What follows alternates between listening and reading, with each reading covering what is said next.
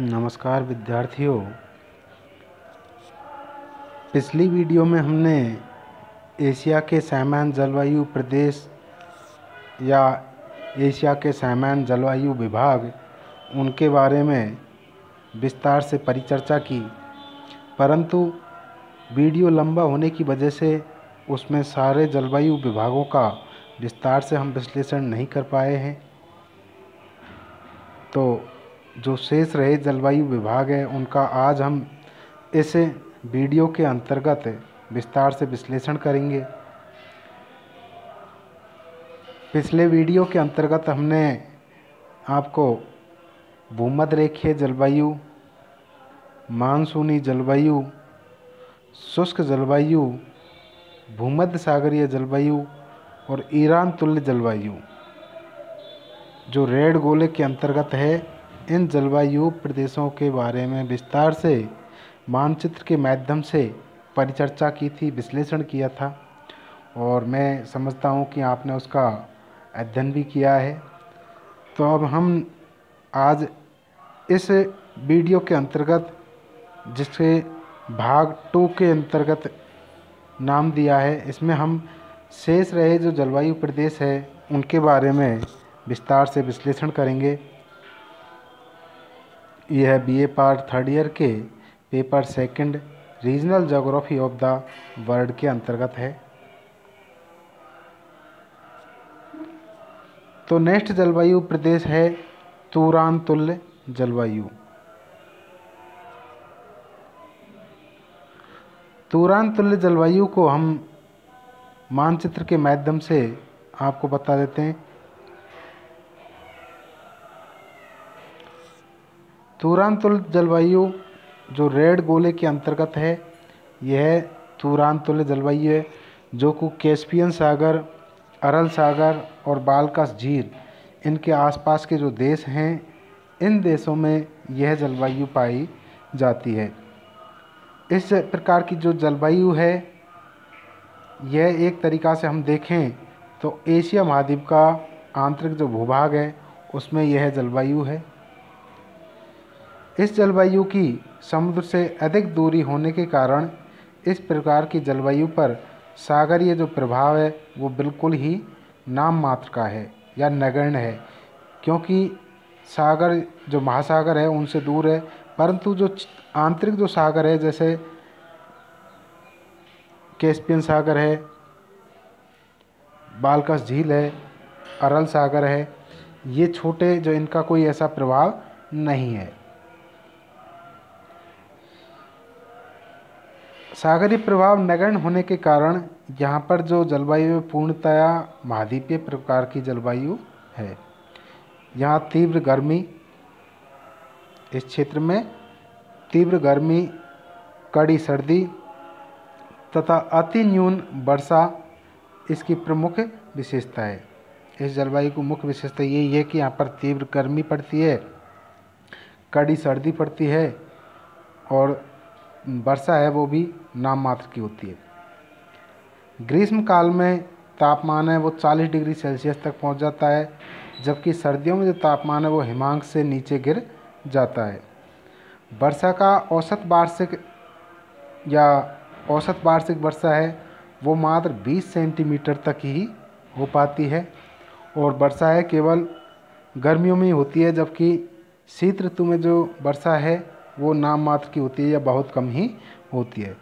तो ये जलवायु तुरान तुल्य जलवायु है जो कि एशिया महाद्वीप के अंतर्गत है और इस रेड क्षेत्र के अंतर्गत ये जलवायु पाई जाती है। नेक्स्ट है चीन तुल्य जलवायु। ये एशिया का सामान्य जलवायु विभाग के अंतर्गत 7वां जलवायु प्रदेश है, विभाग है, जो है चीन तुल्य जलवायु प्रदेश। इसे भी हम मानचित्र के माध्यम से विस्तार से विश्लेषित करते हैं। चीन का जो पूर्वी भाग है, प्रशांत महासागरीय तट का जो क्षेत्र है, ये रेड गोले के अंतर्गत, इस क्षेत्र में चीन तुल्य जलवायु प्रदेश पाई जाती है।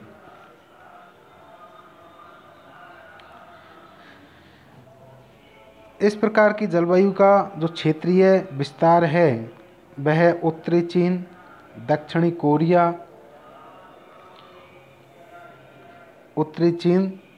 कोरिया, और जापान के जो द्वीप समूह हैं उनमें यह जलवायु पाई जाती है।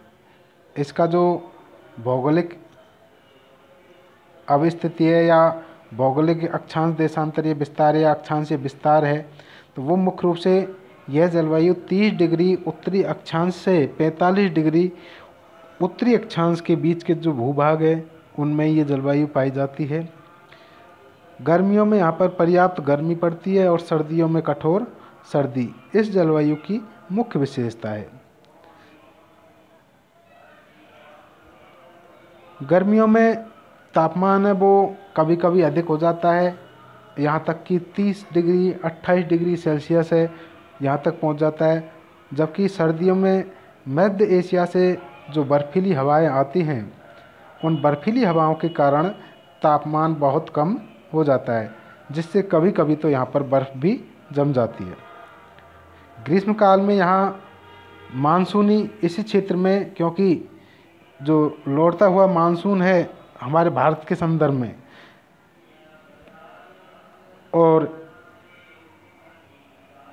ग्रीष्मकालीन मानसून है भारत के संदर्भ में, तो यही मानसून है इस तरीक़ा से जो तीर का निशान है एरो, इधर से या दक्षिण पश्चिम से उत्तर पूर्व की ओर,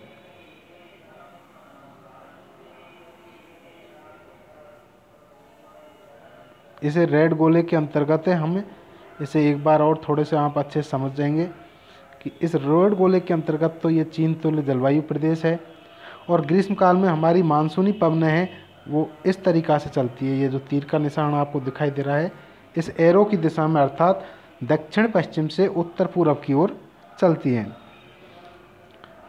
तो ग्रीष्मकाल में यहाँ मानसून हवाओं से बहुत वर्षा होती है। वर्षा का औसत तापमान है वो 100 सेंटीमीटर तक हो जाता है। वर्षा का जो औसत वर्षा है वो 100 सेंटीमीटर तक होती है। और ग्रीष्मकाल में ही यहाँ पर जो दक्षिणी चीन सागर क्षेत्र है इस दक्षिणी चीन सागर क्षेत्र के अंतर्गत चक्रवात बढ़ते हैं और इन चक्रवात को टाइफून के नाम से जाना जाता है, जो कि बहुत ही भयंकर और घनघोर वर्षा भी करते हैं। तो ये चीन तुल्य जलवायु का क्षेत्र है एशिया के अंतर्गत। अब नेक्स्ट है मंसूरिया तुल्य जलवायु।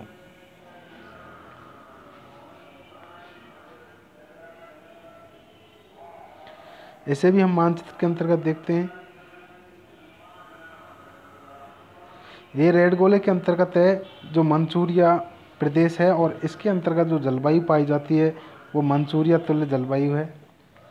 मंसूरिया तुल्य जो जलवायु है वो मंसूरिया, उत्तरी जापान, उत्तरी कोरिया और साखलिन द्वीप इन क्षेत्रों में इस प्रकार की जलवायु पाई जाती है। यहाँ साधारण गर्मी, कठोर शीतकाल और वार्षिक तापांतर है वो अधिक होता है। ये इस जलवायु की मुख्य विशेषताएं हैं।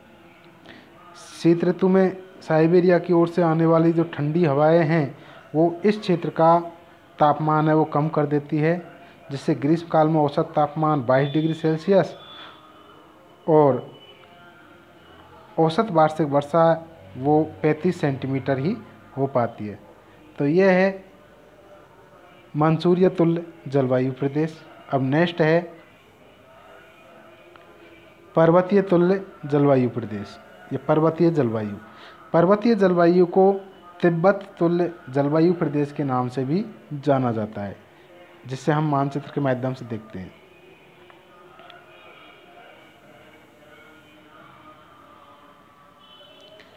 ये रेड गोले के अंतर्गत है। मैं पहले भी पिछली वीडियो में बताया हूँ कि पामीर का पठार है, इस पठार से जो पर्वत श्रृंखलाएँ निकलती हैं जिसमें हिमालय पर्वत है, काराकोरम है, ट्रांस हिमालय है, कुनलुन है, इन पर्वतों का जो भूभाग है इस क्षेत्र में जो जलवायु पाई जाती है वो पर्वतीय जलवायु है। और यह जलवायु तिब्बत तुल्य जलवायु है। यह जलवायु तिब्बत तुल्य जलवायु के नाम से जानी जाती है, क्योंकि यहाँ पर तिब्बत का पठार भी है, जिसकी वजह से इसे तिब्बत तुल्य जलवायु भी कहते हैं। इस जलवायु का जो विस्तार है वो मुख्य रूप से तिब्बत का पठार व पामीर के पठारी जो भाग है और पर्वतीय क्षेत्र हैं इनमें है।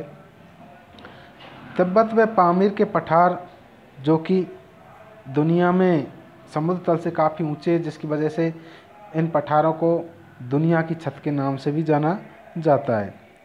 ये दोनों पठार चारों ओर से पर्वतों से घिरे हुए हैं, इसी कारण यहाँ पर जलवायु में भारी विषमता पाई जाती है।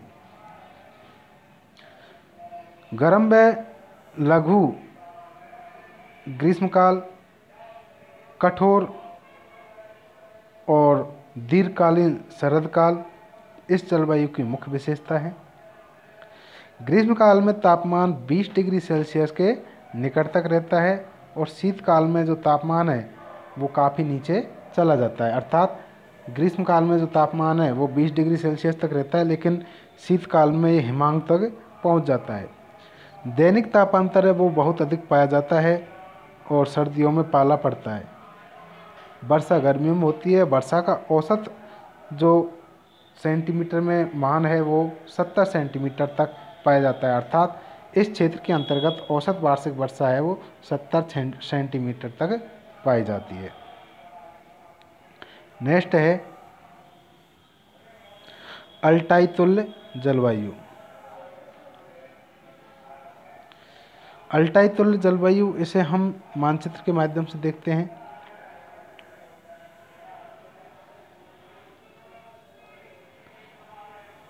जो अल्टाई पर्वत श्रेणी है, इस पर्वत श्रेणी के आधार पर ही इस जलवायु प्रदेश का नाम है और ये चीन के अधिकांश भूभाग में पाया जाता है। ये रेड गोले के अंतर्गत चीन का ही अधिकांश भाग है और यहाँ पर अल्टाई पर्वत श्रेणियाँ हैं वो हैं। और इस जलवायु प्रदेश की जो विशेषताएं हैं उनको हम देखते हैं। यह एशिया महाद्वीप के मध्य भाग में जो अल्टाई पर्वत है या पर्वतमाला है के निकटवर्ती आसपास के जो क्षेत्र है उन भूभागों में अल्टाई जो जलवायु पाई जाती है उसे अल्टाई प्रकार की या अल्टाई तुल्य जलवायु के नाम से जाना जाता है। सामान्य व लघु ग्रीष्मकाल, अति कठोर व लंबा शीतकाल जलवायु की मुख्य विशेषता है। ग्रीष्मकाल में जो तापमान है वो 10 डिग्री सेल्सियस के लगभग रहता है, किंतु शीतकाल में जो तापमान है वो -25 डिग्री सेल्सियस तक पहुंच जाता है। सर्दियों में अत्यंत शीतल व बर्फीली हवाएं चलती हैं जो चारों ओर बर्फ़ जमा देती हैं। अधिकांश वर्षा ग्रीष्मकाल में होती है और वर्षा के साथ साथ में कभी बर्फ़ हो जाती है और जल के रूप में भी वर्षा हो जाती है। वर्षा का जो वार्षिक औसत है वो 100 सेंटीमीटर तक पाया जाता है इस अल्टाई तुल्य जलवायु प्रदेश के अंतर्गत। तो ये इस जलवायु प्रदेश की मुख्य विशेषताएं हैं।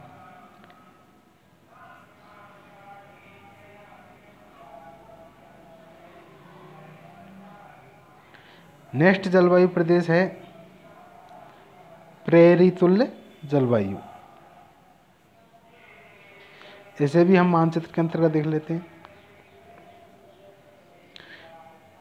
ये जो क्षेत्र है ये प्रेरी तुल्य जलवायु के नाम से जाना जाता है। पिछले वीडियो में मैंने आपको थोड़ा सा इसका आइडिया भी दिया था कि अमेरिका महाद्वीप के अंतर्गत जो प्रेरी घास के प्रदेश है उन्हीं के समकक्ष या समतुल्य इस क्षेत्र में स्टेपी घास के प्रदेश पाए जाते हैं और एक जैसी घास के कारण ही इस क्षेत्र को प्रेरी तुल्य जलवायु प्रदेश के नाम से जाना जाता है, क्योंकि जैसी जलवायु वहाँ प्रेरी घास के क्षेत्रों वाले भूभाग में पाई जाती है वो कि वही जलवायु इस भूभाग के अंतर्गत पाई जाती है। इसी कारण इस जलवायु क्षेत्र को स्टेपी घास का तुल्य वाला भूभाग होने के बावजूद भी प्रेरी तुल्य जलवायु प्रदेश के नाम से जाना जाता है। इस प्रकार की जलवायु को मध्य अक्षांशीय महाद्वीपीय या मैं जो स्टेपी घास की जो चर्चा कर रहा था उसके आधार पर स्टेपी तुल्य जलवायु के नाम से भी जाना जाता है। इसका जो क्षेत्रीय विस्तार है वो साइबेरिया का जो पश्चिमी भूभाग है उसके अलावा कुछ मंगोलिया के भाग में भी पाया जाता है। अर्थात जो स्टेपी घास है इन क्षेत्रों में पाई जाती है और इन्हीं क्षेत्रों में यह जलवायु पाई जाती है। इस जलवायु की मुख्य विशेषता यह है कि यहाँ पर साधारण गर्मी तथा कठोर शीत ऋतु की पाई जाती है। ग्रीष्मकाल में तापमान है वो 24 डिग्री सेल्सियस तक पाया जाता है। शीत ऋतु में बर्फीली हवा और बिल्कुल ही ठंडी हवाएं, कभी कभी बर्फ़ भी गिरने लग जाती है। तो ये इस क्षेत्र में आम विशेषता है। यहाँ तक कि तापमान है वो -50 डिग्री सेल्सियस तक भी इस क्षेत्र के अंतर्गत गिर जाता है। विश्व का सबसे ठंडा जो स्थान है बरखो यानस्क, वो इसी जलवायु प्रदेश के अंतर्गत स्थित है। वर्षा है जो अधिकांशतः ग्रीष्म ऋतु में होती है, जिसकी मात्रा है वो औसत वार्षिक वर्षा 40 सेंटीमीटर तक है। और इसी वर्षा के कारण यहाँ पर जो घास उगती है उसे स्टेपी घास के नाम से जाना जाता है।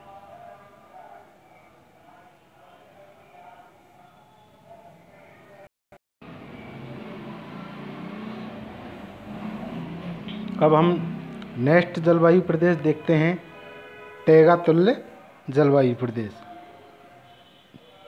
इसे भी हम मानचित्र के अंतर्गत देख लेते हैं। ये रेड गोले के अंतर्गत जो क्षेत्र है एशिया महाद्वीप का, इस क्षेत्र के अंतर्गत टैगा तुल्य जलवायु प्रदेश पाया जाता है। यहाँ पर टैगा वन भी है, इनकी वजह से टैगा तुल्य के नाम से भी जाना जाता है। और टैगा वनों को हम कोणधारी वन के नाम से भी जानते हैं। इस जलवायु प्रदेश की जो विशेषता है, विस्तार है, उसके बारे में हम आपको बता देते हैं। यह एशिया महाद्वीप के अत्यंत ठंडा प्रदेश है, जो कि मुख्य रूप से साइबेरिया का जो उत्तरी क्षेत्र है उसमें इसका विस्तार पाया जाता है। इस क्षेत्र में कोणधारी टैगा वन पाए जाते हैं और उन्हीं के नाम के आधार पर इसको टैगा जलवायु प्रदेश के नाम से जाना जाता है। ग्रीष्मकाल 3 माह का ही रहता है और शीतकाल है वो लगभग 9 माह तक का रहता है इसमें, इस क्षेत्र के अंतर्गत। क्यों रहता है? क्योंकि जो ध्रुवीय उत्तरी ध्रुव है वो धीरे धीरे निकट आता जाता है। तो इस क्षेत्र के निकट होने के कारण उत्तरी ध्रुव है वो इस क्षेत्र के निकट है, जिसकी वजह से यहाँ पर जो ऋतुएं हैं उन ऋतुओं पर हमारी जो पृथ्वी की गति है, परिक्रमण गति, उस गति का भी प्रभाव पड़ता है। यहाँ का जो तापमान है वो ग्रीष्मकाल में 5 डिग्री सेल्सियस से लेकर के सामान्य तापमान तक रह जाता है। और जबकि शीतकाल में -50 डिग्री सेल्सियस तक तो रहता है, लेकिन कभी कभी इससे भी और नीचे चला जाता है। शीत ऋतु है वो काफ़ी कठोर होती है और लंबी होती है, क्योंकि आपको बताया ग्रीष्मकाल तो मात्र 3 महीने का है और शीतकाल है वो 9 महीने का है। तो ऐसी स्थिति में यहाँ पर जो ऋतु है ग्रीष्मकाल 3 माह की है और शीतकाल है वो 9 माह की है। कठोर सर्दी के कारण यहाँ अत्यधिक सहन शक्ति वाले कोणधारी वन पाए जाते हैं। ग्रीष्मकाल में हल्की वर्षा होती है। इसी भूभाग में ग्रीष्मकाल में वर्षा है जो हल्की या नाम मात्र की होती है, और शीत ऋतु में जो वर्षा है वो बर्फ़ के रूप में होती है। यहाँ पर जो वर्षा का औसत है वो 50 सेंटीमीटर वार्षिक पाया जाता है। तो इस तरीक़ा से इस भूभाग के अंतर्गत हमारा जो जलवायु प्रदेश है वो कोणधारी वनों के कारण या टैगा वनों के कारण टैगा जलवायु प्रदेश के नाम से जाना जाता है। अब नेक्स्ट और अंतिम जलवायु प्रदेश है टुंड्रा तुल्य जलवायु प्रदेश।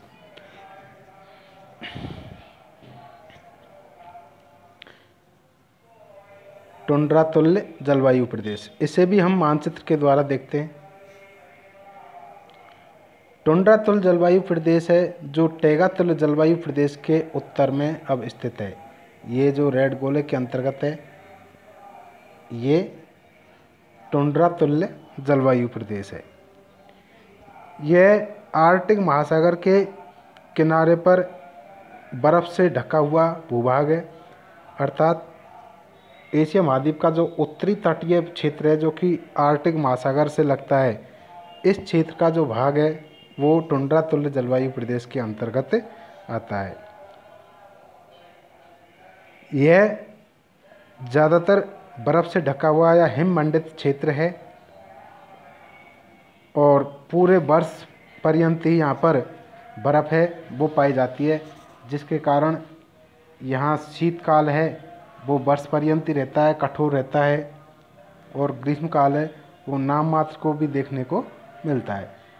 तो इस तरीक़ा से हमने आज एशिया महाद्वीप की जो सामान्य जलवायु है उस सामान्य जलवायु वर्गीकरण के अंतर्गत शेष जो पहले वीडियो के अंतर्गत शेष बच गए थे उन जलवायु प्रदेशों का हमने विस्तार से विश्लेषण किया है। आप इससे पूर्व की वीडियो और इस वीडियो के माध्यम से, अर्थात इन दोनों ई कंटेंटों के माध्यम से एशिया महाद्वीप की जो जलवायु है या एशिया महाद्वीप की जलवायु के जो सामान्य वर्गीकरण से जो जलवायु प्रदेश विश्लेषित किए हैं उनका आप गहनता से अच्छे से अध्ययन करें, और कोई यदि समस्या है तो उस समस्या का आप बेशक हल भी पूछ सकते हैं। धन्यवाद।